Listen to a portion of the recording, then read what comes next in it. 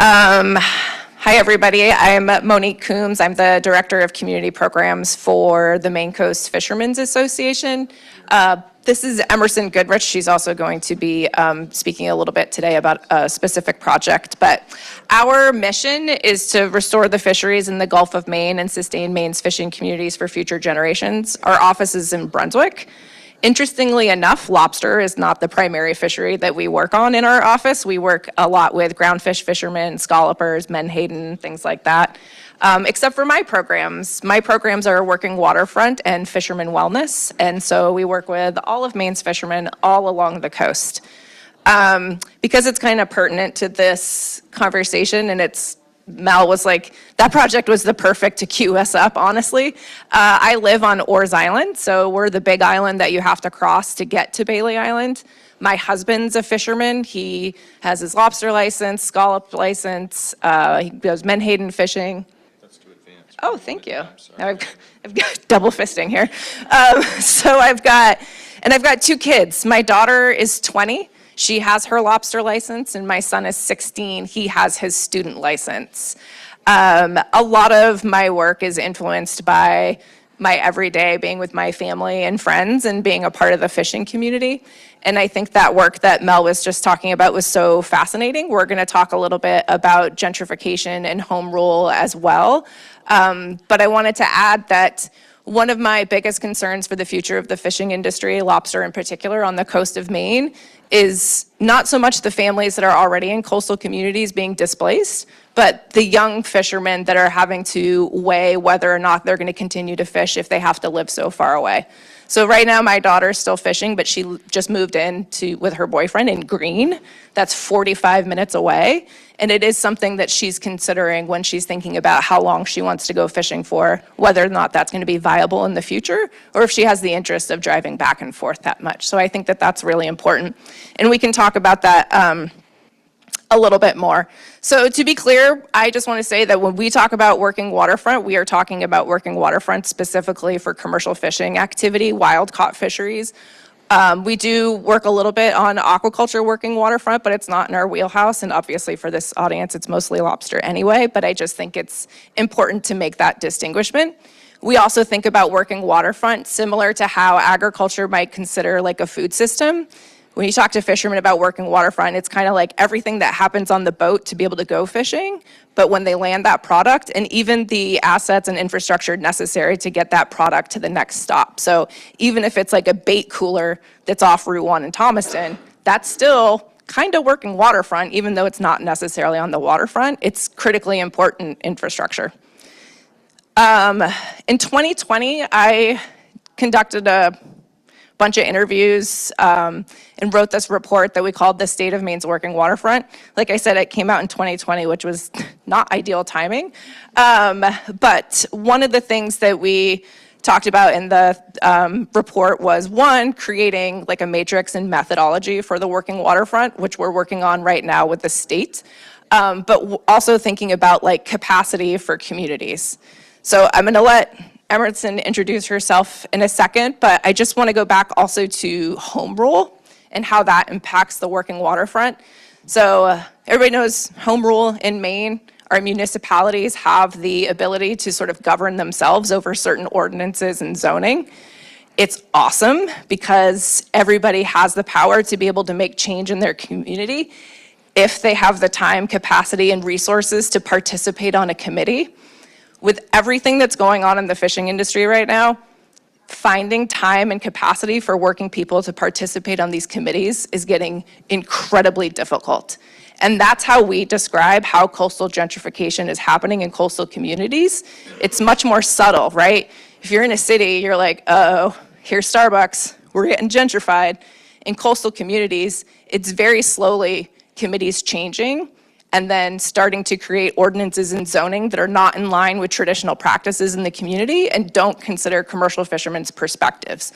And so that's when prices start to change, short-term rental rules start to change, and all these things happen that can impact somebody's business. There was something else I was gonna say about that. I don't remember. So one of the projects that we're working on is a community cohort project Emerson runs, and so I'm gonna let her introduce herself and talk about that for a few minutes. And then when I talk again, we'll talk a little bit more about some of this stuff. And yeah, okay. Hi, I'm Emerson. I'm Special Project Manager at MCFA. And as Monique said, my primary job is to run a program called the Coastal Access Cohort Project. The project is based entirely around a tool that MCFA created called the Working Waterfront Inventory Template. So it's a municipal planning tool that allows, it provides a format for towns, harbor masters, whoever, a volunteer committee to track data to assess what they have in their community. We kind of found that there was no good way to do this. If you're trying to explain, why this is important to a town committee, they don't have the data to back it up. So it's a, consistent way to track this data. It's very comprehensive. It, covers coastal access, it covers wharves, it covers shoreside support. It's a very hefty document. It's a great tool. But the project was created, fundamentally to be a capacity building project. So a lot of towns, as Monique said, have low capacity, especially to look at marine issues. So this project primarily supports towns through technical assistance to fill out a working waterfront inventory. So, providing a little extra capacity to get that done, which makes updating it in the future a lot easier. It also creates this community and cohort between these towns. So we have towns ranging from, southern Maine up to, a little past MDI, Goldsboro. We don't have anyone in Washington County, unfortunately. But it allows these communities to have a space to share, shared issues, common solutions, just to talk about these things, to feel less siloed in the work that they do. The end goal would be awesome to, get resource sharing happening to address problems on sort of a regional scale. We see doing inventories in towns as a first step to do this. It's also really helpful for us to make this tool better for the future. So to see how it works actually in practice in towns and how that varies, based on each town. It looks really, really different. And one of the things we're finding is that the challenges in each town to get this done are very different. So, for example, in Kittery, they had some staff turnover, and that caused this project to stall out, essentially, because it was one staff member really, who was very enthusiastic, really driving this project, and when she was gone, it just kind of floundered. And that showed, a lot of importance of getting broader staff buy-in and also community buy-in to get these projects moving so they don't, die if someone decides to take a different job. In Southwest Harbor, for example, I work with the harbor master. So on the capacity side, that means that during the summer, we don't do work on this project. He is doing his job, and that's a super important thing to respect and acknowledge.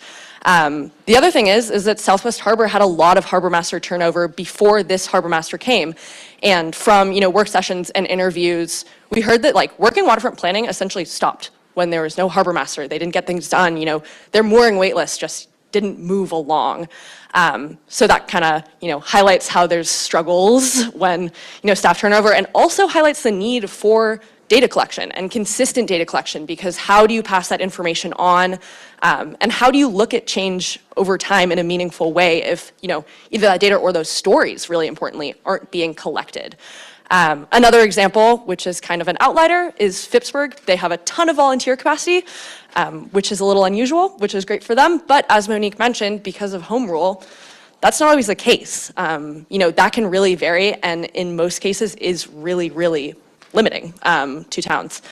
But all that is to say that community specific projects, and most importantly community-led projects, especially inventories, are hugely important.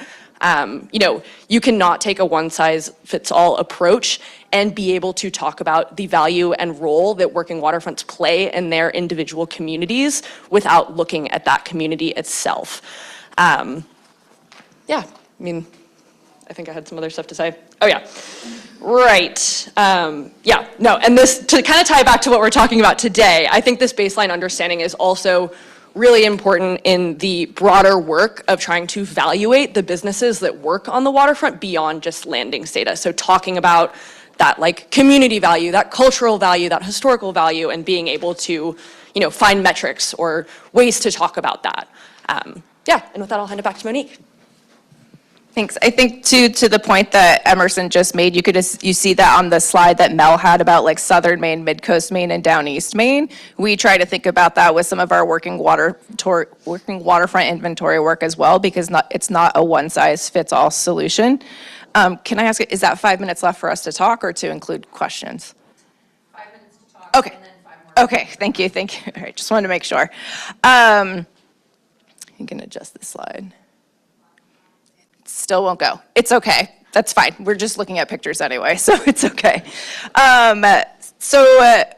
The work Emerson is doing is super important, like she said, to give towns the capacity that they need to, and tools that they need to be able to inventory their working waterfront as they see fit, and in order to make sure that all types of working waterfront are included. So when we did the State of Maine's Working Waterfront Report, we started to think about what we called discrete working waterfronts, which were the waterfronts that don't have landings. So something like this, where a fisherman is using it for gear storage or gear maintenance. Sometimes they use it to like get traps in and out of the water. They might use it for access to the water. They might just have a bait shed on it and use it to like catch up with other fishermen. We actually even talk about the working waterfront as a third space for fishermen sometimes. These properties tend to be the oldest in the community. They have ambiguous ownership, so maybe it's a handshake agreement with a town or an owner, a private property owner. Maybe there's one property in near where I live where there's like 64 shareholders. And so when it starts to get into like court cases and who owns what, everybody's kind of like, no, it's me. Anyway, it makes it very difficult to manage. Or there's 3 people that own it, a whole bunch of different varieties. But these properties are really vulnerable to storm damage and sea level rise. But after storms like the ones that we had January 2024, we don't necessarily have the funding to build them back, because the way that we value properties is based on how many lobsters are landed there and how many fishermen fish out of that property. So our hope is that we can start to identify new ways to value these types of properties. The other thing too is loss of working waterfront really impacts the mental health and well-being of fishermen in a way sometimes it's difficult to articulate. So there's something called solastalgia, which is the feeling of homesickness when you're already at home. It was actually developed to describe like climate change events and things like Hurricane Katrina, when some place is decimated and you look around and you're like, I know I'm at home, but this doesn't look like my home. And that can really affect how someone decides to stay in a community or not, as well as, does this look like a fishing community? Are there other fishing families around me? If not, they might leave. Also, if it doesn't have like that marker in the ground that this is a fishing community, it does even make it harder when you have a lot of committees that are made up of people that are less familiar with living around the fishing industry or the waterfront. The last 2 quick things I'll say too is another very critical piece is when fishermen don't live in the town they work, they don't get to vote on any of the matters that can affect them. So not only are they not on the committees at that point, they can't even vote in the matters that allow them to make changes. I added this last minute. So one of the other things that we're doing with municipalities specifically, rather than statewide, is we have something called the Scuttlebutt, which we've done in Brunswick, Harpswell. We worked with Gouldsboro, and St. George has a draft of one right now. I brought some with me. It's just a little guide of here's what it's like to live in a fishing community. It was inspired by work that Sea Grant did back in the day. So we have some of those if somebody wants to grab them. Feel like we packed a lot in a short amount of time, so happy to take any questions and really appreciate the opportunity to be able to talk with everybody about this.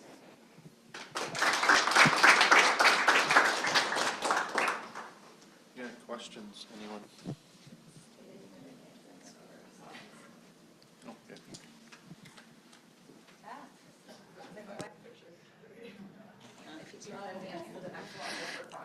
Thank you guys both for that very informative but brief presentation. And I kind of had a 2-part question.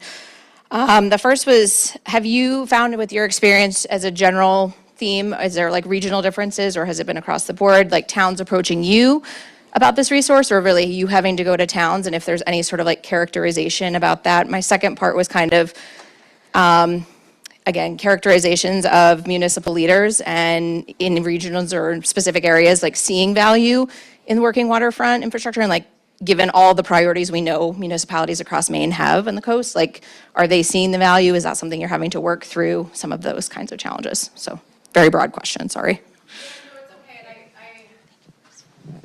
I understand your questions. I might ask you to repeat the first one. That's okay. So the second one is, yes, I do People think- online can hear you unless you're standing in front of a sorry. mic, so. Oh, sorry. Yeah. You were gonna. Yes, I think towns absolutely see the value, but to Emerson's point, it just depends on capacity and if there's other things that are on fire. I think, again, that slide that Mel had that had like the southern Maine, mid-coast Maine, and down east Maine is super like in line with what we're seeing as well, where in southern Maine, there's less working waterfront and fishing happening just kind of generally, maybe less so, and then as you move down east, more so. I think there's also different states of sort of emergency in different communities. So there's certain places that seem to like show up over and over again. And again, I think it depends on capacity and what's happening in their community, or places like Friendship where we just don't hear from as much. So it just depends. And then, I'm sorry, I forgot your first question. It was just if you've had municipal leaders come to you like requesting this resource, or if it's really been an effort on your end to like bring it to them. Sure. That's not me. For the most part, I think a lot of the towns who joined this project were coming to Monique for other resources, and she kind of plugged doing this work and they saw the value in it. But I will say that Freeport, some select people on their board, approached me to ask about the inventory, about the process, and they ended up joining the project.